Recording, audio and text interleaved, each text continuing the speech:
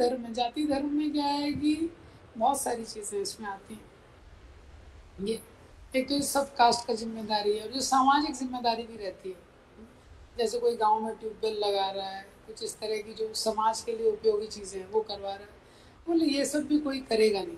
हाँ, क्यों? क्योंकि बेसिक एसेंस है, कुल परंपरा का नाश हो जाएगा। इस बेसिक एसेंस है कि जो कुल में जो एल्डर्स रहते हैं, जो सीनियर रहते हैं, उनको ही सब पता होता है। अभी भी आप देखेंगे किसी भी घर में जो सबसे सीनियर लोग रहते हैं, वृद्ध लोग रहते हैं, उनको पता रहता है कुल परंपरा क्या है। तो अर्जुन बोल रहे हैं जब यही सारे लोग चले जाएंगे, हाँ, तो पूरा सीक्वेंस क्या है वो डिस्टर्ब हो जाएगा। और बोल रहे हैं अर्जुन कुल धर्माच शाश्वता। अब वापस से अर्जुन यहाँ पे बोल रहे हैं कि ये जो कुल धर्म है तो शाश्वत है। हाँ, हालांकि कुल धर्म शाश्वत नहीं है, पहले भी हमने देखा है। जो कुल धर्म है वो शाश्वत नहीं। शाश्वत का यहाँ पे मतलब है कि कुल धर्म बहुत लंबे समय तक चलता है, ये सिद्धांत है। शाश्वत यहाँ पे इस सेंस में बोला गया। शाश्वत मतलब इटर्नल नहीं है, हमेशा के लिए नहीं रहेगा कुल धर्म, ऐसा। अब अर्जुन आगे लिंक को जोड़ रहे हैं, उत्सन्न कुल धर्माणाम मनुष्याणाम जनार्दना। तो अर्जुन बोल रहे हैं उत्सन्न कुल धर्माणाम, तो जब कुल धर्म नाश हो जाएगा तो क्या होगा, ऐसे व्यक्ति के साथ क्या होगा जब कुल धर्म का नाश हो जाएगा? तो नरके नियतम वासो। नियतम मतलब हमेशा के लिए नरक में वास करेगा ऐसा व्यक्ति जो कुल धर्म का नाश कर रहा है। तो अर्जुन बोल रहे हैं मेरे माध्यम से ये सब होने वाला है। मैं तो सेनापति हूँ, मेडल कमांडर इन चीफ को ही मिलता है ना, तो मेरे पे ही सारा रिएक्शन आएगा। इतने लोगों को मारूंगा, कुल नाश होगा, अधर्म आ जाएगा, स्त्रियां दूषित हो जाएंगी, वर्ण संकर आएगा, पिंडो पित्र आदि जो क्रियाएं हैं वो बंद हो जाएंगी, जाति धर्म का नाश हो जाएगा। और कुल धर्म का नाश जो करता है उसको नरक में परमानेंट उसको मिल जाता है 2 BHK, नरक में ही रहेगा फिर। तो अर्जुन बोल रहे हैं मेरे को वहाँ पे रहना पड़ेगा। तो भगवान बोले ये कहाँ से कोट कर रहे हो? तो अर्जुन बोलते हैं भवती इति अनुशुश्रुमा। अरे मैं अपने आप कोट नहीं कर रहा हूँ, अनुशुश्रुमा मतलब मैंने सुना है। हाँ, मैंने सुना है। सुना है मतलब किससे सुना है? अथॉरिटीज से सुना है। प्रभुपाद जी इसको कोट करते हैं तात्पर्य में। अर्जुन बोल रहे हैं मैं अपने मन का बात नहीं बता रहा, मैं अथॉरिटीज से। तो अर्जुन को धर्म के बारे में मालूम है। अर्जुन को मालूम है जन्म क्या है, मृत्यु क्या है, ये सब पता है। तो ये संसार का कोई मूर्ख व्यक्ति नहीं है अर्जुन जो इस तरह से बोले कि अपने मन के ऊपर। वो अथॉरिटी कोट कर रहे हैं, और जितने रीजन अर्जुन ने दिए हैं ये भी शास्त्र के अकॉर्डिंग दिए हैं। तो अर्जुन बोल रहे हैं कि ऐसा मैंने पहले सुना है। तो अर्जुन शास्त्र के बेसिस पे ही बोल रहे हैं। हाँ, लेकिन क्या है, शास्त्र की जो शिक्षाएं हैं वो अलग अलग स्तर पे। तो अर्जुन जो शिक्षा दे रहे हैं वो गलत नहीं है, लेकिन वो टॉप मोस्ट स्तर नहीं है शास्त्र का। शास्त्रों में बोला है कुल धर्म का पालन करना चाहिए, लेकिन क्या है ये शास्त्र का टॉप मोस्ट लेवल नहीं है कि कुल धर्म का पालन करना है। दूसरा अर्जुन को बोल रहे हैं कि नर के नियतम वासो। तो अर्जुन बोले नरक में हमेशा के लिए रहना पड़ेगा, ये कि नरक में उसको नित्य रूप से रहना पड़ेगा। लेकिन ये जो सिद्धांत है ये क्रिश्चियनिटी और इस्लाम में भी लोग बोलते हैं ऐसा। तो इस्लाम में बोलते हैं अल्लाह को फॉलो करो, अल्लाह को नहीं फॉलो किया तो जहन्नुम में जाओगे। कब तक? कोई टाइम नहीं है, हमेशा के लिए जहन्नुम में जाओगे। और क्रिश्चियनिटी में बोलते हैं फॉलो जीसस और गो टू हेल। या तो जीसस को फॉलो करो, नहीं तो हेल में जाओगे। कब तक? इटरनली। तो लेकिन सनातन धर्म में इटरनल ऐसा कोई सिद्धांत नहीं है कि हमेशा व्यक्ति नरक में रहेगा। तो यहाँ पे भी जो नियतम वासों का सिद्धांत है, वो सिद्धांत क्या है कि बहुत लंबे समय तक के लिए नरक में रहना पड़ता है अगर व्यक्ति कुल धर्म आदि का पालन नहीं करता। ये मतलब कुल धर्म का पालन नहीं कर रहा है, भगवान का भी शरण नहीं लिया है, वो सिद्धांत है। हाँ, भगवान का शरण लिया है तो उसको जरूरी नहीं है सारे धर्मों का पालन करना, लेकिन भगवान का भी शरण नहीं लिया है और कुल धर्म का भी पालन नहीं कर रहा है, तो वो क्या है उसके लिए अनहेल्दी हो जाएगा। ये सिद्धांत है। अब यहाँ पे क्या है, दूसरा ये सिद्धांत है, भगवान ने अर्जुन को बोला था तुम युद्ध करोगे तुमको तो स्वर्ग मिलेगा।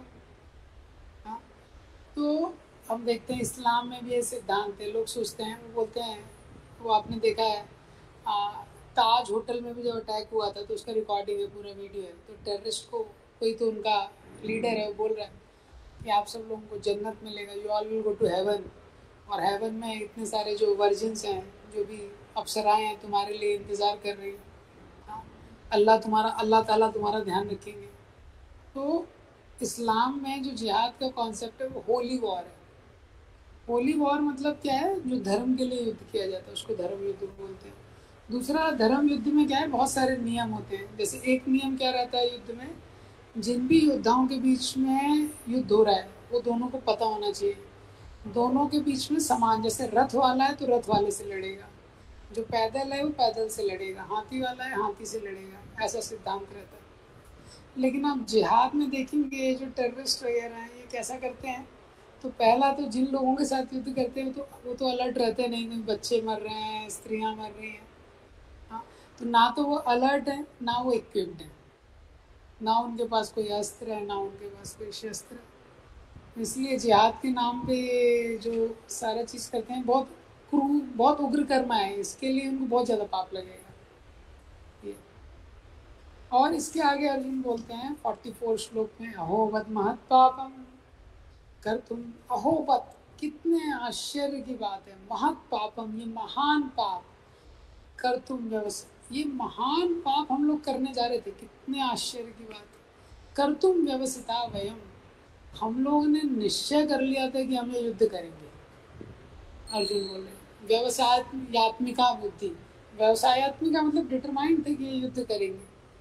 क्यों, यद राज्य सुख लोभ है ना, राज्य और सुख के लोभ में, out of the greed for राज्य सुख।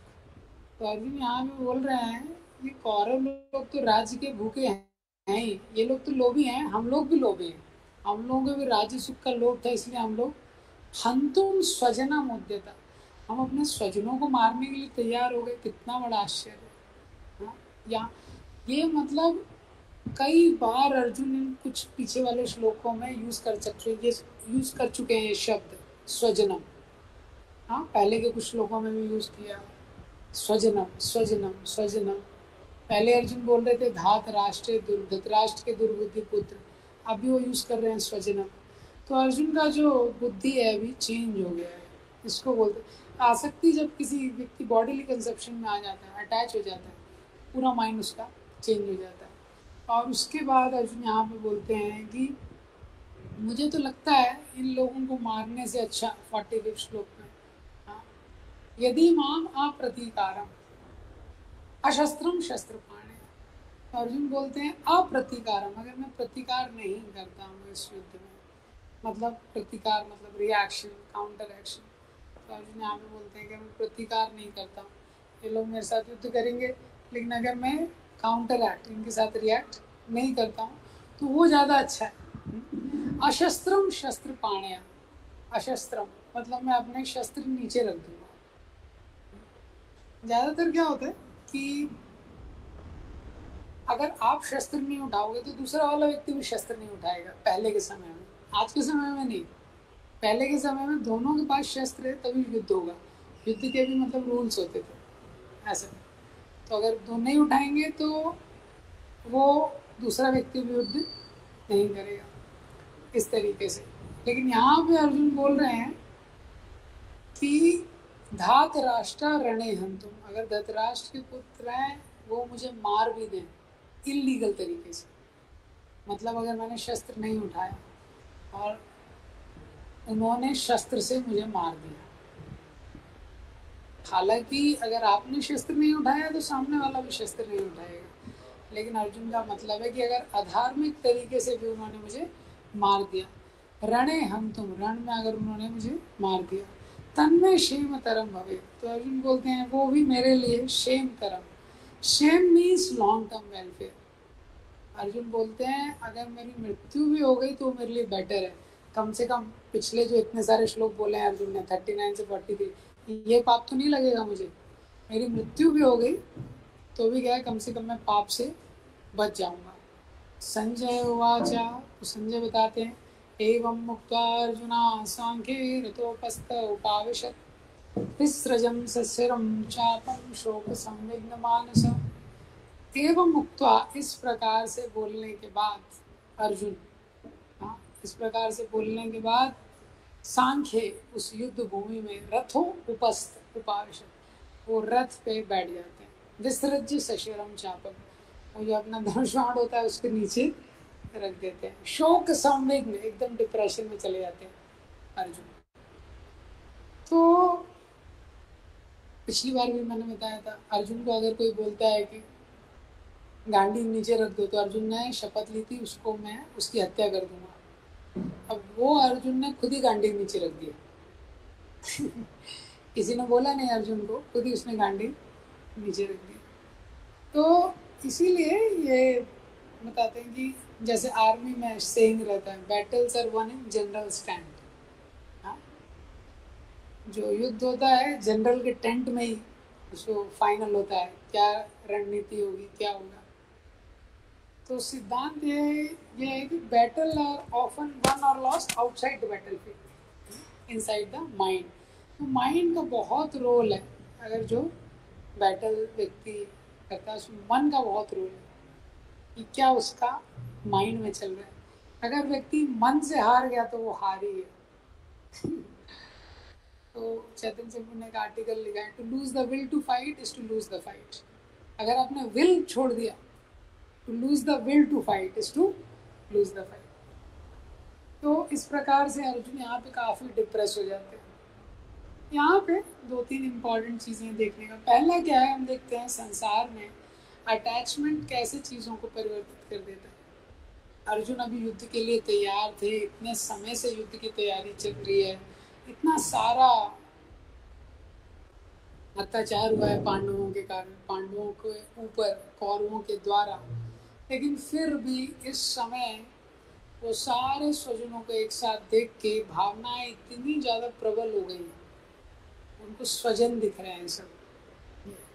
तो आसक्ति है संसार में हमारा पूरा मनोभाव चेंज कर देती है। जिस भी व्यक्ति के प्रति संसार में आसक्ति आ जाती है, फिर हमारा लॉजिक साइड में हो जाता है। ये पुरुष अगर स्त्री के प्रति आसक्त हो गया तो आप देखेंगे तो सारा लॉजिक क्या है, साइड में हो जाता है। लॉजिक क्या है उसके बाद वो समझ नहीं सकता है, जो तर्क है उसको समझ नहीं सकता।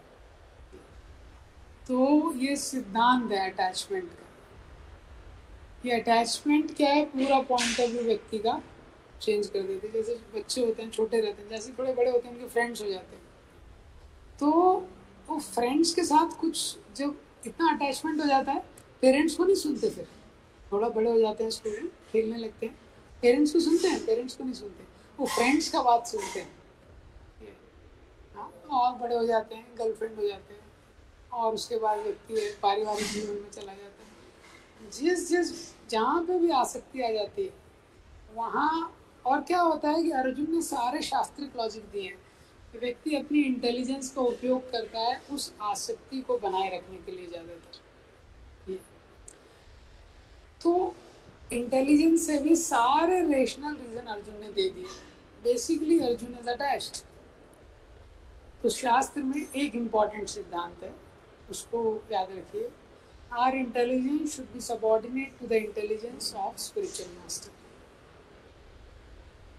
हम जो बुद्धि का उपयोग करते हैं वो हमेशा जो भी हमारे सीनियर्स हैं, स्पिरिचुअल मास्टर हैं, उसके सबऑर्डिनेट रहना चाहिए।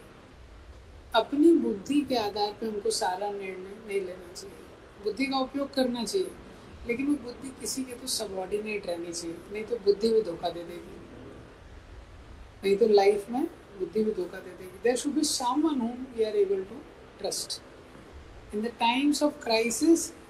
जब विपत्ति का समय आता है, बहुत महत्वपूर्ण चीज़ है, कोई एक व्यक्ति रहना चाहिए जिस पर हम ट्रस्ट कर सकें।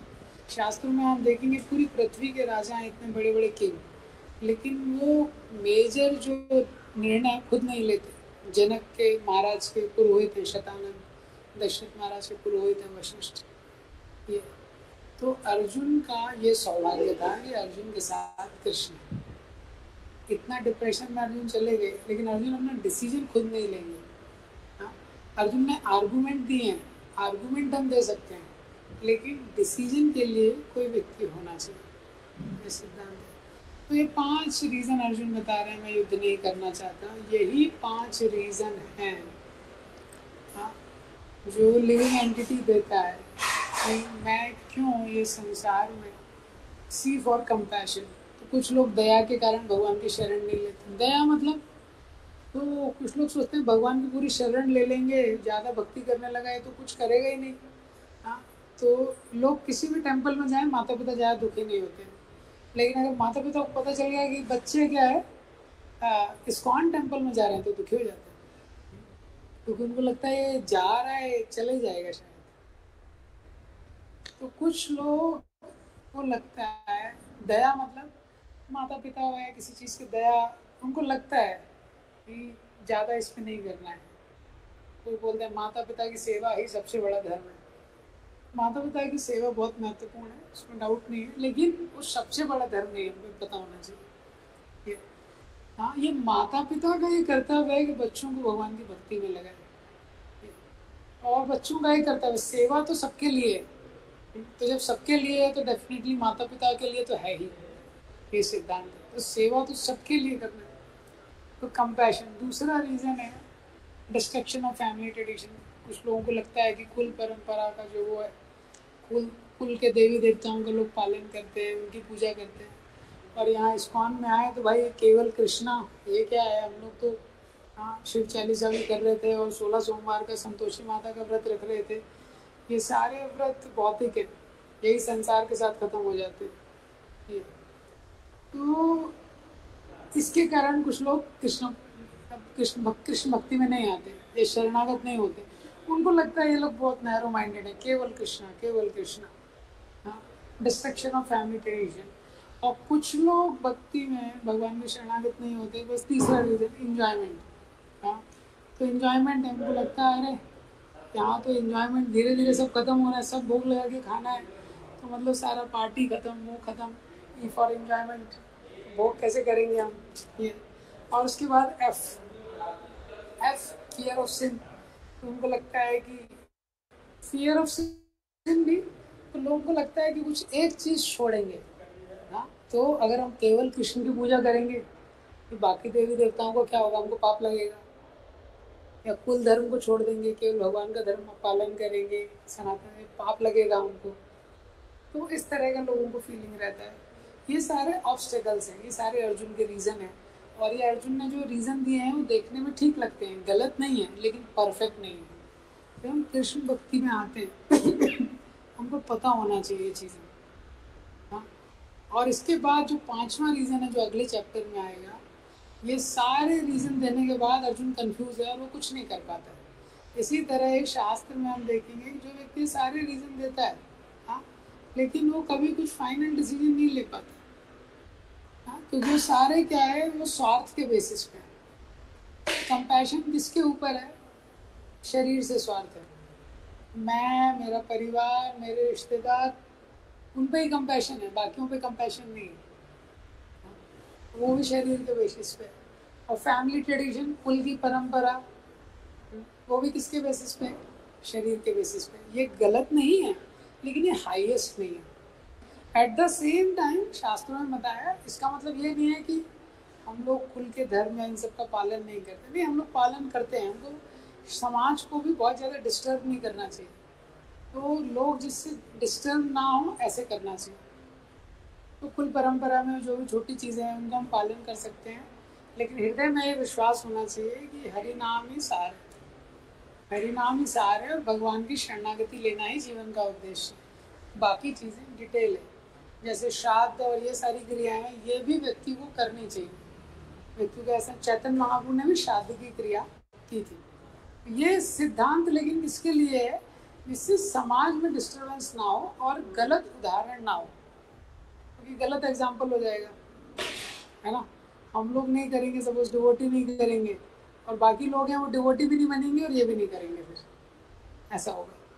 इसीलिए एग्जाम्पल के लिए ये चीज़ें करना इम्पॉर्टेंट है, लेकिन व्यक्ति को पता होना चाहिए। प्रभुपाद जी ने कृष्ण बलराम मंदिर का उद्घाटन हुआ, यज्ञ के लिए लोकल पंडित्स को बुलाया, उन्होंने यज्ञ वगैरह किया, लेकिन प्रभुपाद जी ने बोला पीछे हरिनाम करो, भक्तों को बोला आप हरिनाम करो। तो फिर जो मंत्र वगैरह कर रहे थे पंडित वगैरह, तो वो देखने लगे कि हरिनाम भी चल रहा है, यज्ञ भी चल रहा है। तो पंडितों ने बोल दिया तो उन्होंने रोक दिया। लेकिन प्रभुपाद जी ने पीछे से बोला हरि नाम करो, आप हरि नाम करते रहो, क्योंकि प्रभुपाद जी का ज़्यादा विश्वास हरि नाम पे था। लेकिन बाकी लोगों के लिए प्रभुपाद जी ने वो भी किया। तो आई मतलब इनडिसीजन। इस चैप्टर का सबसे बड़ा लेसन ये है, when the person is selfish he cannot come to sound conclusions। तो जो पांचवा कारण है, कितना भी व्यक्ति विश्लेषण करे, जब तक वो स्वार्थी है और अपने बारे में सोच के ही सारे निर्णय ले रहा है, वो एक फाइनल कंक्लूसिव एक सही निष्कर्ष पे नहीं आ सकता। धन्यवाद। श्रीमद् भगवद गीता की जय। श्री प्रभुपाद।